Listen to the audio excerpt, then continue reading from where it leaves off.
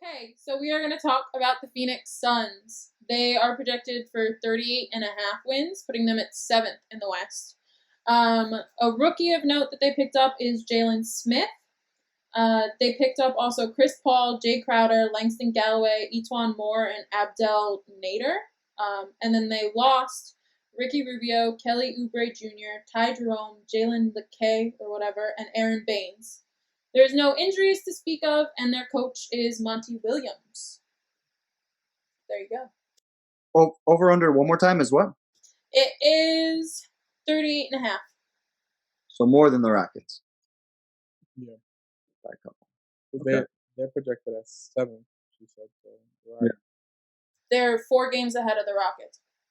Yeah. But I was like, it sounded close. I like what this team did in the offseason. A lot. They looked at their situation from the bubble. I guess my first question when it comes to Phoenix is, do you think the bubble was a fluke? Maybe. Yeah, it's where I'm at. So the thing about the bubble is the thing about this team is you had a lot of young players, and you got to remember they're in Phoenix, and Phoenix, just like Houston, has a lot of nightlife too. Yeah, and these young guys probably dabble in that good amount. But instead, if you ask that girl, there was some interview that came out with that girl who was talking about getting freaky with a bunch of Suns players. Yeah, maybe they do dabble in that sort of style. But especially Devin Booker, he probably is and he's probably the man in Phoenix too. He dropped 70 when he was young. He was just like, "Yo, I'm the man. I'm dropping 70 in the court, and I was dropping 70 on these boots." All right. But you're trying to say that the nightlife there. Yeah, the only thing that changes my mind a little bit about that is them having Chris Paul, because Chris Paul, I think he look at what he did in OKC. He had a lot of those young players looking really disciplined. Dude, before last season, there were a lot of people, including me, that thought the Thunder had no chance to make the playoffs last year. They had a less than 4% chance or some shit like that. Yeah. It was crazy. And Chris Paul went in there, changed his whole diet up, right? Yeah. Went to a plant-based diet, and really shaped a lot. Shai Gilgeous-Alexander is going to be a different player after playing with Chris Paul than he would have without him. You know what I mean? Yeah. A lot of these guys. Yeah. But I think he can do that same thing. And I think he really enjoyed doing that in Oklahoma City more than he realized. And he could keep his career going that way. You know what I mean? Yeah. I heard him talking to JJ Redick on a podcast, and he was like, one of the biggest reasons why I wanted to come here is a lot of these guys I've never played with or really played against, for that matter, that much. Because they're so young, like you were talking about. Yeah. And I just think he is the perfect guy now. And I don't think I would have said this before last year, but he's the perfect guy to come in and take your team from a losing culture to a winning culture solely by what he can show you and his reputation. Right? Even though he's never won a championship. Yeah. Which I think is interesting. Yeah. I just have so many doubts with this team, and and it's because you got to remember, so Chris Paul is very injury prone. Right. This season, there's a lot of back-to-back games. There's condensed season, 72 games in a shorter amount of time. I just can't imagine Chris Paul not, and I don't wish injury on him or anything, but I just can't imagine him at an older age. And last year he was surprisingly healthy. He changed his diet, but I don't know if that's gonna stop him from being injured. He did a good job of staying healthy in this past season. I mean, it was a weird one, and he had a huge break in the middle of it. But I just think with the condensed games, the amount of games they're going to be playing. Like that's the most like. There's going to be a lot of back-to-backs, more back-to-backs than usual. Yeah. Like, here's the only thing I'll say for that, and it's something that I've known for many years, and I've definitely said this to you before. Maybe not on the podcast, but I've definitely said this to you before. Phoenix, the best staff in terms of player health and keeping guys on the floor in the league. They have had multiple guys come in and being injury prone. I remember Eric Bledsoe being very specific, a guy who would get injured all the time, goes to Phoenix, and when you combine the same reason why fucking old people like to live in Arizona, dry air, Dudley had like all that shit. Like spoke about this in like an interview before, but like they're like very advanced.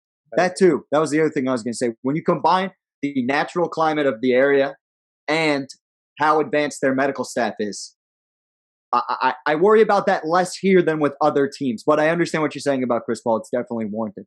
I think they'll probably play him less minutes. How many minutes did he play for Oklahoma last year? Because I know he played more than this in the playoffs, but I did want to see. So he's playing 31 minutes a game. Yeah, that's about where I see him at. It's about no more than 32 minutes. Yeah. It is early. As long as he's there, if he's there for the playoffs, like I'm pretty sure that because you got a lot of young guys around them, so he could definitely bring a team. You know, like help the team in other ways, not just being on the court. So I could definitely see he definitely adds a lot of value. I'm just like iffy about this team because I think people are expecting them to be as good as they were when they were in that bubble, and they were on a super hot streak. And this brings us back full circle, right? That's what I asked you to start. So you do think it was more of a fluke? Yeah, I have no reason. I think Chris Paul is the only reason why I think this team can even kind of turn the corner. Like Dario Saric, he was there last year. This was a guy I really liked in Philadelphia. It's like sharing. Take my name, you little bitch. No. But he was really good for Philadelphia. Like he played really well with Simmons and Embiid there. Then he got traded to Minnesota, and I didn't know what the hell happened to him. But this is a guy that I thought could really do more than what he's been doing, right? Yeah. And I think he can win. I think he's got winning DNA. Mikal Bridges, he can play. A guy who's been pretty consistent for Phoenix since he was drafted by them, right? Like, hopefully they can get some of these guys to come into their own. You know what I mean? Yeah. That's really what you're hoping for, I suppose. And there's a bunch of Jay Crowders on this team. Like, there's some solid veterans mixed with young blood that could take the step up. These are my favorite type of teams to gamble on because they have everything's there. The only thing that's not there is proof. Yeah. Which means for me that's a shoo-in for the over. Like I think that's a solid over potential or a push. Like I definitely see this team making it into the playoffs 5 seed or lower. 5 seed? I said 5 seed or lower. I'm not saying definitely 5 seed, but I'm saying they could get up to probably where the Thunder was at last year. If they get to the 5 seed, I'd be surprised. Okay. I think this is like if they're gonna make the playoffs, 7 or 8. This is similar to Houston in my thought process, but I feel like it makes no sense for me to like trust Houston. I just like it's more so like trusting the skill and talent of James Harden. Right. But this team I trust this team more than Houston. Probably. Okay. Because they don't have all the internal stuff. Like we know that chemistry and shit could fuck up a locker room. So right. You know, I think the one thing they're gonna have more than anybody is good team chemistry. Yeah. Coming off that bubble run and getting a guy like Chris Paul, getting guys like Jay Crowder into the fold. I really like the mix of veteran and youth. And I'm like, could they stay focused? Because the bubble, one thing is the bubble made you stay focused because you didn't have anything else to do but play basketball. Right. And maybe they learned something from that experience. Yeah. You know what I mean? And also, here's the other thing. Yes, they're going to be playing basketball in arenas. Yes, they're going to be given infinitely more freedom than in the bubble. But there's really still not, like, I don't know. If you're an NBA player and your job is to, like, not get coronavirus, I'm pretty sure there are going to be certain limits on what you can do during the season. Yeah. You know what I mean? I'm assuming they're going to be more strict about it than, like, the NFL. Yeah. And also, they did such a good job the last time, even though they had the bubble, obviously, but they did such a good job the last time. I just see it. I see a lot of these guys doing a similar things, focusing on basketball, especially a guy like Chris Paul, who, and Lindsay can tell you this, historically, a drill sergeant type leader. Yeah. A guy that keeps his bitches in line. Yeah. Like, annoyingly so, though. You remember that, Lynn? So. You remember that? Yeah, I remember. I was waiting for that. Just to. I remember. My favorite thing is like this tiny ass Chris Paul getting up in like DeAndre Jordan's face and like yelling at him, and he's like so much smaller. Give me a stat line for Devin Booker this year. I'm gonna go 28, 6 and 3. 28. Yeah. What did he put up last year? 26.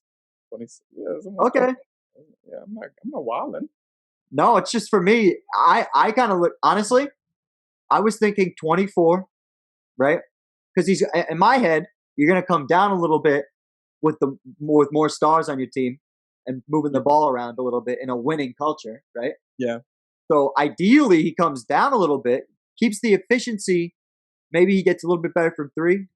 So I say like 24, 25 a game. And if he could just do 25, 5 and 5, that's elite 2-guard level. You know what I mean? Yeah. So, and then we got Ayton. Ayton's at 18 and 11 with a block and a half. Let's try and squeak this to 20 points. He's shooting. He's not a 3-point shooter at all. He's shooting 55%. That's pretty damn good. You know what I mean? Yeah. For a guy for a guy at the center position. Yeah, giving you 18 and 11. That's perfect. Yeah. Especially when you add Chris Paul, he might be able to maintain that and still do. Yeah, that's Pau Gasol and Kobe right there. Yeah. That's 2009 Pau Gasol and Kobe right there. The problem is 2009 Pau Gasol and Kobe, despite the fact that they had a bunch of other scores on their team, didn't win jack shit last year until the bubble. Yeah. That's what I find so interesting because yeah, just crazy. Just so everybody knows, Devin Booker can't even tie Kobe's shoes. But Ayton can't even lick Pau Gasol's nuts, so we're good. But I'm taking the over. I like Phoenix this year to make a playoff run.